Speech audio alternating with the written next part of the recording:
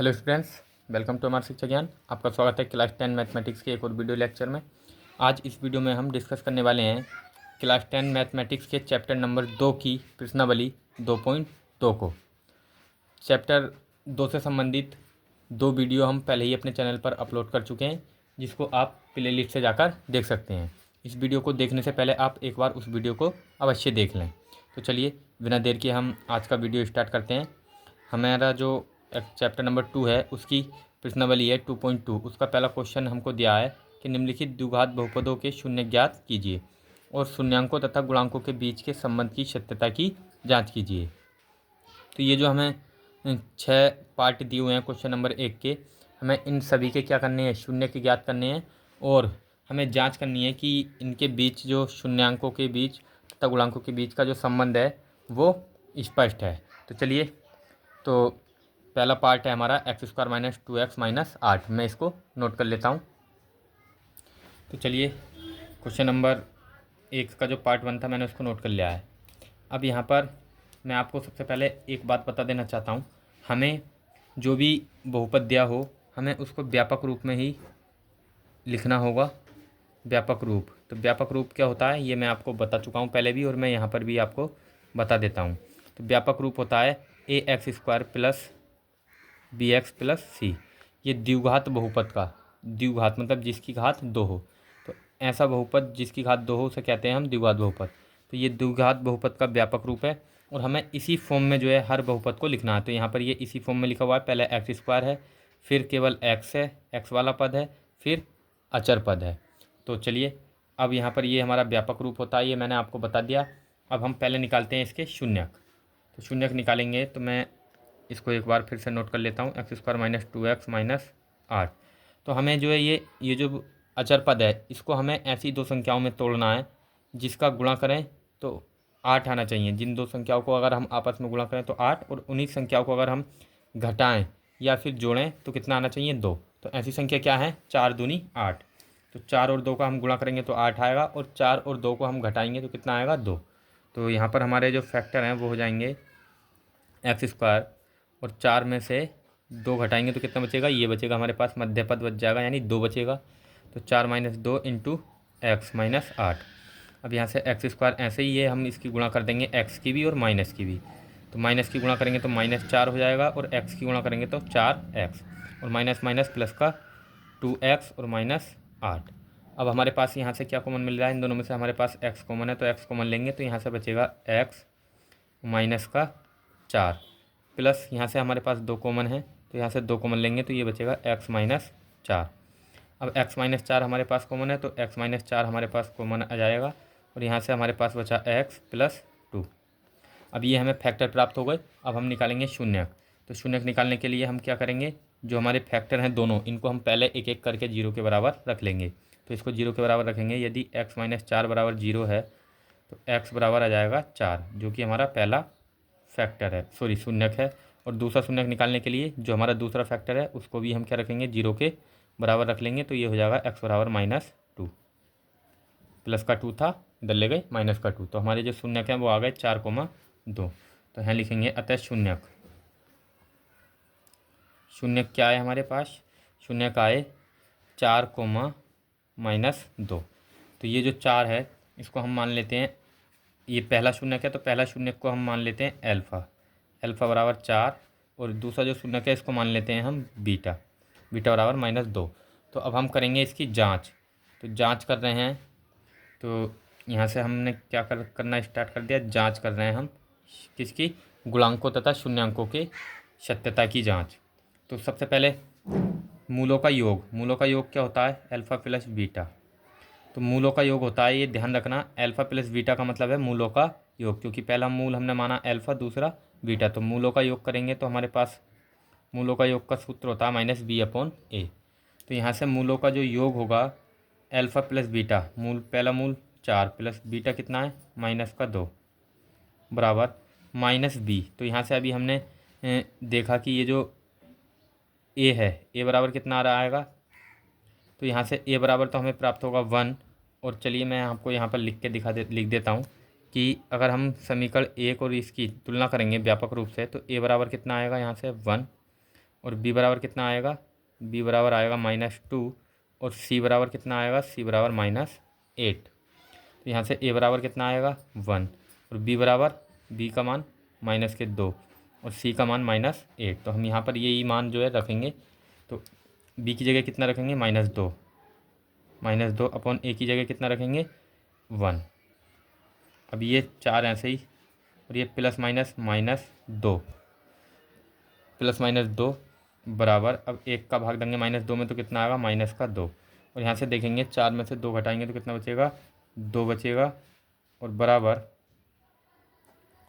ये -2 था और यहाँ पर पहले से भी माइनस था, सॉरी, तो यहाँ पर ये मैं मिस्टेक हो गई हल्की सी, ये यहाँ पर पहले से माइनस है क्योंकि -b और b का मान कितना है -2, तो माइनस माइनस हो जाएगा +2, तो यहाँ से 2 बचेगा और ये भी क्या है +2, तो 2 बराबर 2।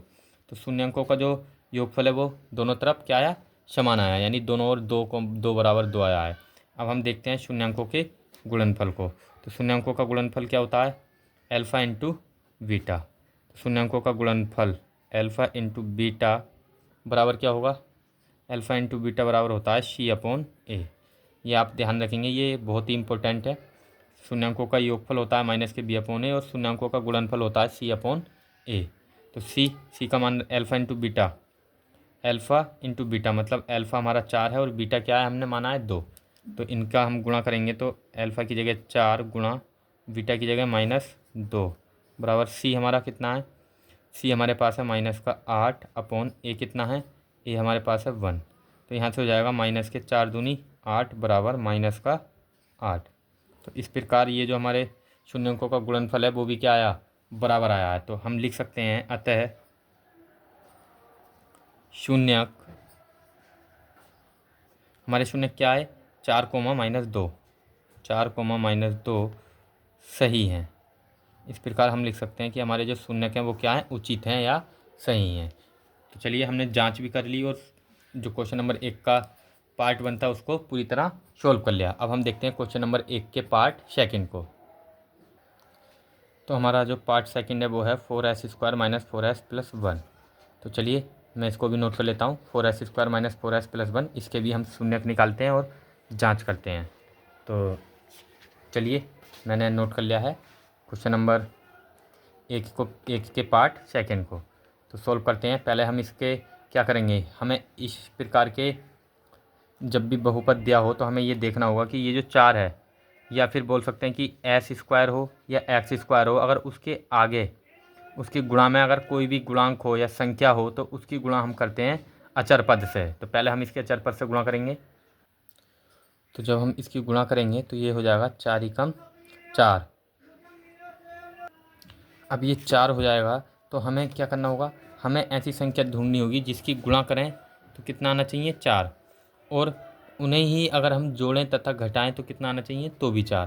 तो ऐसी संख्या है 2 और 2। अगर हम 2 और 2 की गुणा करेंगे तो कितना आएगा 4, और अगर हम 2 और 2 को जोड़ेंगे या घटाएंगे तो कितना आएगा 4। तो 2 और 2 को जोड़ेंगे तो 4 आ रहा है। तो इस प्रकार हमारे जो फैक्टर हो जाएंगे वो हो जाएगा, ये 4s² ऐसे ही रहेगा, माइनस इस 4 को हम लिख देंगे 2 + 2 इंटू s प्लस का 1। अब ये 4s² ऐसे ही माइनस ये हो जाएगा 2s और प्लस माइनस 2s प्लस का 1। अब यहाँ से तो यहाँ से हम कितना कॉमन लेंगे, 2 कॉमन ले लेंगे तो यहाँ से बचेगा 2s, यहाँ से हमें कॉमन मिलेगा 2s। जब हम 2s यहाँ से कॉमन लेंगे तो यहाँ से बचेगा 2 दूनी 4 और s माइनस यहाँ से पूरा 2s कॉमन आ गया तो बचेगा 1, और यहाँ से क्या कॉमन लेंगे, यहाँ से अगर हम कॉमन ले लें -1। माइनस कॉमन क्यों ले रहे हैं, क्योंकि ये 2s ये जो है ब्रैकेट वाला पार्ट ये प्लस का है, और ब्रैकेट वाले पार्ट जो है हमेशा दोनों हमें सेम लाने होते हैं। तो यहाँ से -1 कॉमन लेंगे तो ये बचेगा हमारे पास, 1 का भाग देंगे तो 2s हो जाएगा, और ये माइनस प्लस हो जाएगा माइनस, और 1 की कम 1। अब ये जो 2s - 1 है ये हमारे पास कॉमन आ रहा है तो 2s - 1 हम कॉमन लेंगे, यहाँ से बचेगा 2s और -1। तो जो हमारे फैक्टर थे वो आ गए 2s - 1। अब हम लिखेंगे यदि 2s - 1 बराबर 0 है तो 2s बराबर कितना हो जाएगा, माइनस का 1 है उधर जाएगा प्लस में, बराबर 1 हो जाएगा, और 2 जाएगा इसके बटे में, तो 1/2। तो जो हमारे शून्यक हैं वो दोनों ही क्या होंगे, क्योंकि ये भी 2s-1 है, दोनों शून्यक क्या होंगे, s बराबर 1/2 होंगे। तो लिखेंगे अतः शून्यक, अतः शून्यक हमारे पास क्या है, शून्यक आए 1/2 कोमा 1/2, क्योंकि दोनों शून्यक यही होंगे। अब क्या करेंगे, हम जांच करेंगे। तो जांच करने के लिए सबसे पहले हमें तुलना करनी होगी। तो तुलना करेंगे बहुपद की तुलना करेंगे। ax² + bx + c से तुलना करने पर तो हम ax² + bx + c से तुलना करेंगे। तो यहाँ है हमारा a और बहुपद में हमें क्या दे रखा है, 4। तो a का जो मान आएगा वो कितना आ जाएगा, a का मान आ जाएगा 4। और यहाँ b है और बहुपद में क्या है वहाँ पर, यहाँ पर हमें दिया हुआ -4। तो b का मान कितना आ जाएगा, b का मान आएगा -4। और c बराबर क्या है हमारा, c की जगह है 1, तो c बराबर 1। तो चलिए हमने जो है तुलना भी जो है कर ली है। अब हम लगाएंगे सूत्र मूलों के योग का। तो मूलों का योग क्या होता है, अल्फ़ा प्लस बीटा बराबर -b/a। तो अल्फ़ा क्या है हमारा, पहला शून्यक, और बीटा क्या होता है, दूसरा शून्यक। तो शून्यक है हमारे पास 1/2 + 1/2 बराबर -b। b का मान है हमारे पास, ये माइनस हम पहले ये वाला माइनस ऐसे ही लगा देंगे। और b का मान हमारे पास कितना है, -4/a। a का मान हमारे पास कितना है, a का मान है 4। तो ये माइनस माइनस हो जाएगा प्लस, और +4 को जब हम 4 से भाग देंगे तो कितना आएगा, 1। और ऐसे ही ये कितना है, आधा, और ये कितना है, आधा, और आधा आधा मिलकर कितना हो जाएगा, 1। तो यहाँ से आ जाएगा 1 बराबर 1। तो इस प्रकार जो हमारा शून्यकों का योगफल है वो दोनों ओर बराबर आया है। अब निकालेंगे शून्यकों का गुणनफल। तो शून्यकों का गुणनफल निकालते हैं तो क्या होता है, शून्यकों के गुणनफल का सूत्र a α × बीटा बराबर c/a। तो अल्फ़ा क्या है, पहला शून्यक, और बीटा क्या है, दूसरा शून्यक। तो पहला शून्यक 1/2 गुणा दूसरा शून्यक 1/2 बराबर c क्या है हमारा, c का मान है 1। तो यहाँ रखेंगे 1/a का मान कितना है, a का मान है 4, 1/4। अब ये क्या है, परिमेय संख्या है। तो परिमेय संख्याओं में हम क्या करते हैं, अंश की गुणा अंश से और हर की गुणा हर से करते हैं। तो 1 की गुणा 1 से करेंगे तो 1, और 2 की गुणा 2 से करेंगे तो 4। तो इस प्रकार ये दोनों जो साइड हैं ये क्या आई, बराबर आई, 1/4 बराबर 1/4। तो हमने जो बहुपद था 4s² - 4s + 1, पहले इसके शून्यक निकाले, फिर हमने इसके जो है क्या करी, जाँच करी, शून्यकों का योग निकाला और शून्यकों का गुणनफल निकाला। इस प्रकार हमने देखा कि जो शून्यकों का योग है और शून्यकों का गुणनफल है वो दोनों साइडों में क्या आ रहा है, बराबर आ रहा है। तो हम लिख सकते हैं कि अतः शून्यक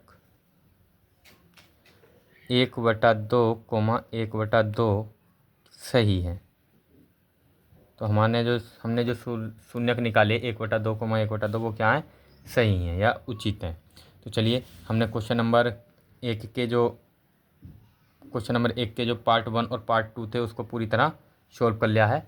अब हम देखने वाले हैं क्वेश्चन नंबर 1 के पार्ट 3 को। आप इसको नोट कर लीजिए। तो ये जो क्वेश्चन नंबर 1 का पार्ट 3 है, 6x² - 3 - 7x, हमने इसको नोट कर लिया है। तो चलिए अब हम इसको सॉल्व करने वाले हैं। तो हमारे पास ये जो क्वेश्चन है इसके पहले हम करेंगे फैक्टर। तो फैक्टर करने के लिए हमें फिर से वही अपना पुराना तरीका अपनाना होगा। क्या करना होगा, जो भी हमारे x², पहले तो हम इसको लिख लेते हैं व्यापक रूप में। तो चलिए हम इसको व्यापक स्टैंडर्ड फॉर्म में लिखेंगे, यानी व्यापक रूप में लिखने पर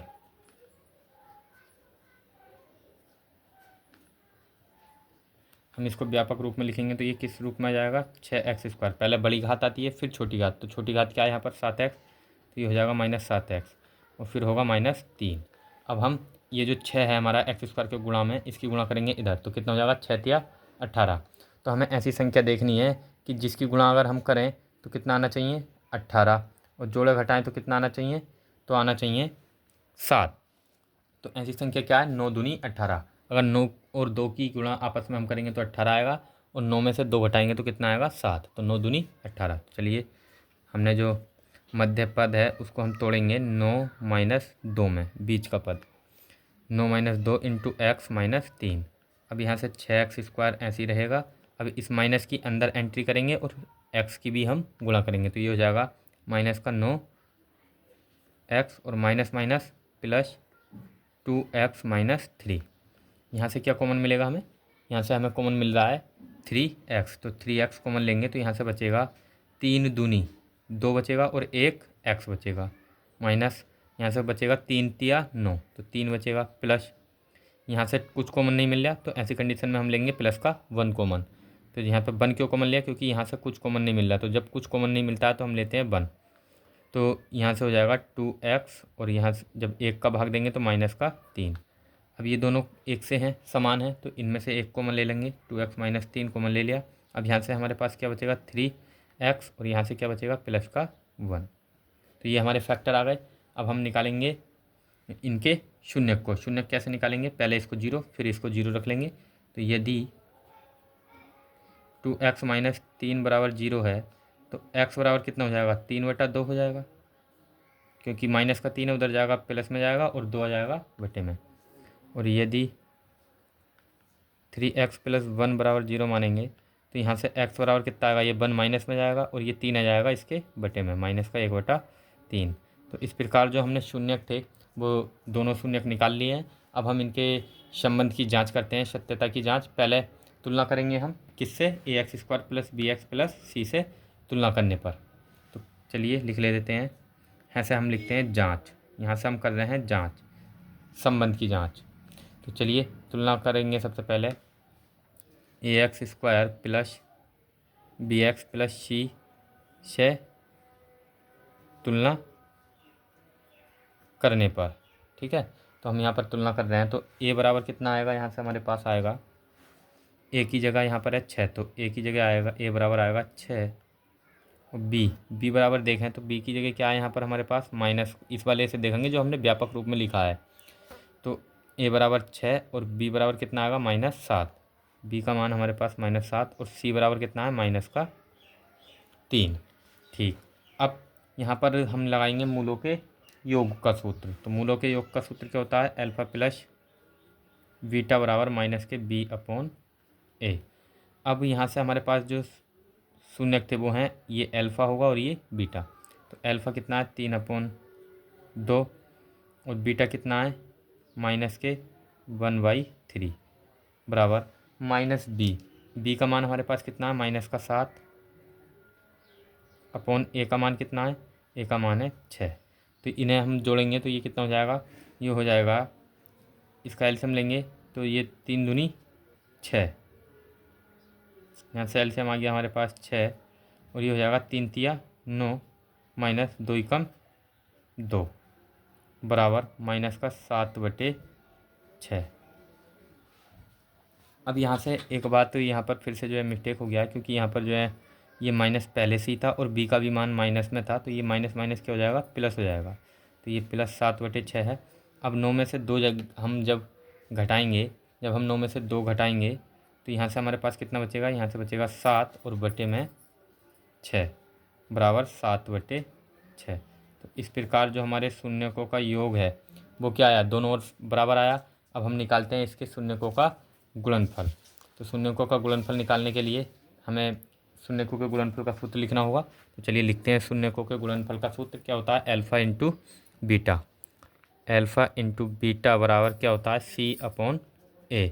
तो अल्फ़ा पहला शून्यक हमारा क्या आया? 3/2 गुणा दूसरा शून्यक बीटा क्या आया? -1/3 -1/3 बराबर c/a। c का मान कितना था हमारे पास? c का मान अभी हमने निकाला तो -3 है, तो यहाँ रखेंगे -3 अपॉन a का मान कितना आया था हमारे पास? 6, 3/6। अब यहाँ से हम गुणा करेंगे तो -3 हो जाएगा और ये हो जाएगा 2 तिया 6, तो -3/6 बराबर -3/6। आप इसे आगे काटना चाहें, सोल्व करना चाहें तो कर सकते हैं, अन्यथा हमें दोनों साइडें बराबर दिखानी है, जो कि यहाँ पर ही बराबर आ चुकी हैं। तो अतः हम लिखेंगे कि यहाँ अतः शून्यक हमारे क्या थे? 3/2 कोमा -1/3 सही हैं, क्योंकि दोनों साइडें क्या आई भाई? दोनों साइडें हमारी बराबर आई हैं। शून्यकों के योगफल में भी और गुणनफल में भी।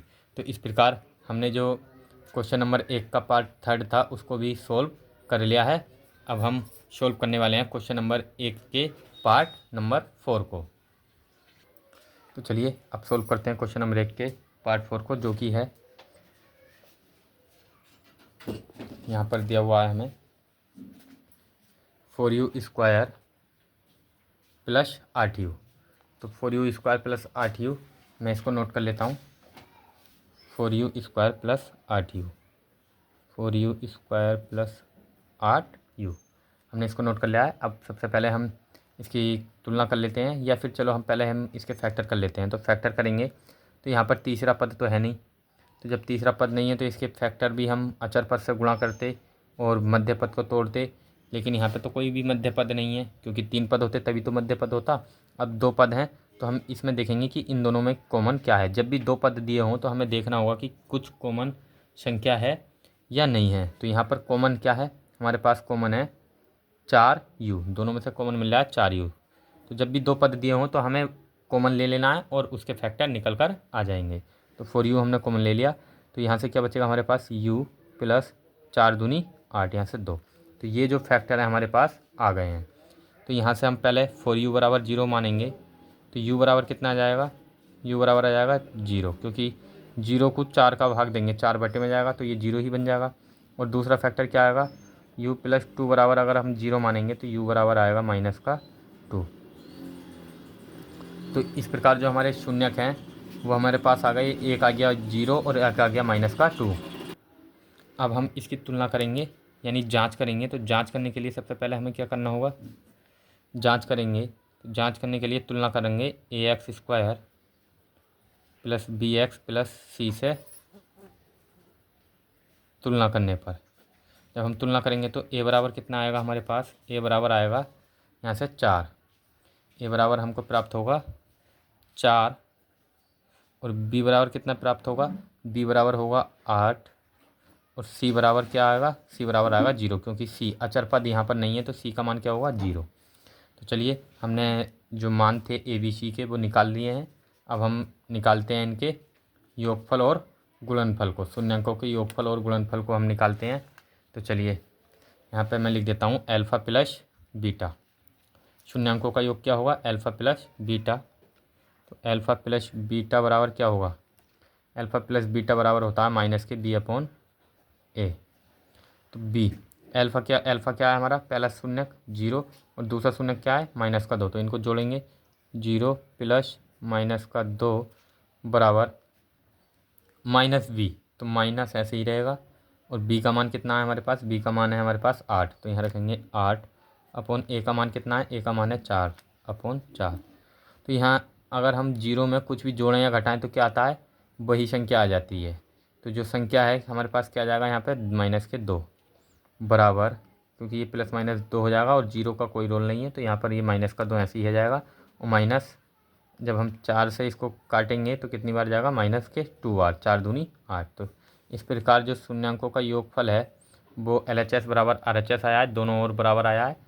अब निकालते हैं हम इसका गुणनफल, अल्फ़ा इंटू बीटा बराबर गुणनफल क्या होता है मूलों का c/a। और अल्फ़ा का मान क्या था 0 और बीटा क्या है -2, तो इनकी गुणा करेंगे 0 को गुणा -2 बराबर c का मान हमारे पास कितना है 0/a का मान c/a, a का मान हमारे पास है 4। तो ये जो 0 की गुणा अगर हम -2 से करेंगे तो क्या आएगा, 0 ही आएगा बराबर 0/4। जब 4 से भाग देंगे 0 में तो क्या आएगा 0। तो इस प्रकार जो मूलों का गुणनफल था वो भी क्या आया, सेम आया। तो हम कह सकते हैं कि अतः जो हमारे ये शून्यक आए हैं 0, -2, अतः शून्यक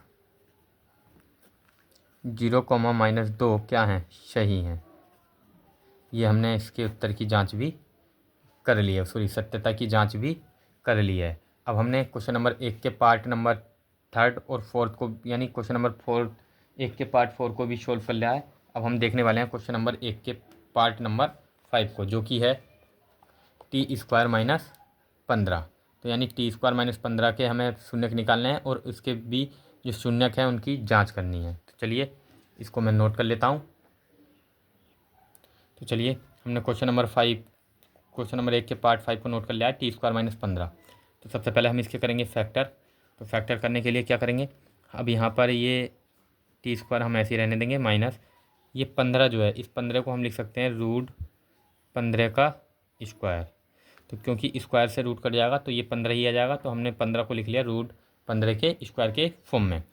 क्योंकि यहाँ पर हमारा मध्य पद नहीं है, तो मध्य पद नहीं है तो हम इसे मध्य पद में तोड़कर तो इसके फैक्टर नहीं कर सकते, इसलिए हमें कोई दूसरा तरीका या कोई दूसरा मेथड ही अपनाना होगा इसके फैक्टर करने के लिए। तो हमने क्या किया, हमने किया कि 15 को हमने लिख लिया √15 का स्क्वायर। अब यहाँ से ये सूत्र बन गया a² - b² का, या फिर बोल सकते हैं 2 वर्गों के अंतर का सूत्र है। तो सूत्र क्या होता है मैं लिख के बता देता हूँ आपको, a² - b²। जब भी हमें दो संख्याएं इस रूप में दिखाई दें तो उनको हम इस रूप में लिख सकते हैं a+b और a - b। ये हमारी शर्त समीका है। अब इसी शर्त समीका का प्रयोग करके हम इसको खोलेंगे तो ये हो जाएगा t + √15 और t - √15। तो इस प्रकार हमें इसके फैक्टर प्राप्त हो जाते हैं। अब हम करेंगे जांच। पहले जांच करने से पहले अभी इसके हमने शून्य नहीं निकाले हैं, तो शून्य निकाल लेते हैं। यदि t + √15 बराबर 0 है तो t बराबर क्या आ जाएगा, -√15। एक शून्य हमारा ये आ जाएगा और दूसरा शून्य हम निकालेंगे। यदि t - √15 बराबर 0 है तो t बराबर क्या आएगा हमारे पास, √15। तो दो शून्य आ गए, एक माइनस का √15, एक प्लस का √15। अब हम इसके तुलना करेंगे किससे, ax² + bx + c से तुलना करने पर।